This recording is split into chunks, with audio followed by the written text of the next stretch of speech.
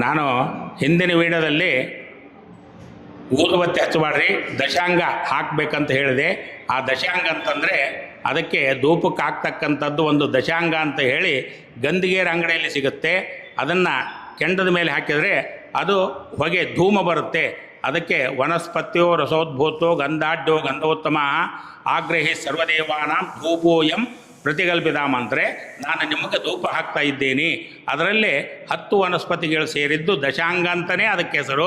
ನಿಮ್ಮ ಎಲ್ಲ ಮಾರ್ಕೆಟ್ ಅಂಗಡಿಗಳಲ್ಲಿ ಅಥವಾ ನಿಮ್ಮ ಮನೆ ಹತ್ರ ಮಲ್ಲೇಶ್ವರ ಇತ್ಯಾದಿ ಎಲ್ಲ ನಗರಗಳಲ್ಲಿ ಅದು ದಶಾಂಗ ಪಾಕೆಟ್ ಸಿಗುತ್ತೆ. ಅದನ್ನು ತೊಗೊಂಡು ಹಾಕಿದರೆ ಉತ್ತಮ. ದಶಾಂಗನೇ ಯಾಕೆ ಹಾಕಬೇಕು ಗುರುಗಳೇ? ದಶಾಂಗನೇ ಯಾಕೆ ಹಾಕ್ಬೇಕಂತಂದರೆ ಅದನ್ನು ಈ ನಮಗೆ ಪಚ್ಚಿಕರ್ಪೂರ ಅಂತ ಬರುತ್ತೆ ತೀರ್ಥಕ್ಕೆ ಹಾಕೋದು, ಆಮೇಲೆ ಯಾಲಕ್ಕಿ, ಆಮೇಲೆ ಲವಂಗ, ಆಮೇಲೆ ಕೇಸರಿ ಇತ್ಯಾದಿ ಸುಗಂಧ ಭರಿತವಾದಂಥ ಅದು ಮಂಗಳವನ್ನು ಉಂಟು ಮಾಡುತ್ತೆ. ಯಾಕೆ ಹಾಕ್ಬೇಕಂತಂದರೆ ಮಂಗಳ ಕೊಡ್ತಕ್ಕಂಥದ್ದು ಅದು. ಅದನ್ನೇ ಹಾಕಬೇಕು, ಬೇರೆ ಯಾವುದು ಹಾಕಕೂಡದು. ಅದಕ್ಕೆ ಆಮೇಲೆ ಪಚ್ಚಕರ್ಪೂರ ಯಾಕೆ ಹಾಕ್ಬೇಕಂತಂದರೆ ಪಚ್ಚಕರ್ಪೂರದಲ್ಲಿ ಒಂದು ವಿಶೇಷವಾದಂಥ ಶಕ್ತಿ ಇದೆ, ಸುವಾಸನೆ ಇದೆ. ಅದನ್ನು ಮಾಡೋದರಿಂದ ಅದನ್ನು ಹಾಕಿ ಅಭಿಷೇಕ ಮಾಡೋದ್ರಿಂದ ಸನ್ನಿಧಾನ ಜಾಸ್ತಿ ಆಗುತ್ತೆ. ರುಚಿಗೋಸ್ಕರ ಅಲ್ಲ, ಸನ್ನಿಧಾನಕ್ಕೋಸ್ಕರವಾಗಿ ಅದನ್ನು ಹಾಕಬೇಕು. ಪಚ್ಚಕರ್ಪೂರ, ಯಾಲಕ್ಕಿ, ಕೇಸರಿ ಇತ್ಯಾದಿ ಇದನ್ನೆಲ್ಲ ಹಾಕೋ ತನಕ ಸಂಪ್ರದಾಯ ಬಂದಿದೆ.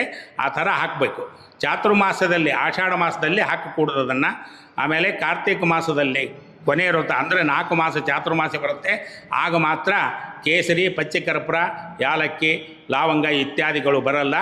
ದಶಾಂಗ ಹಾಕ್ಬೋದು, ಇವನು ಮಾತ್ರ ಹಾಕಕೂಡದು.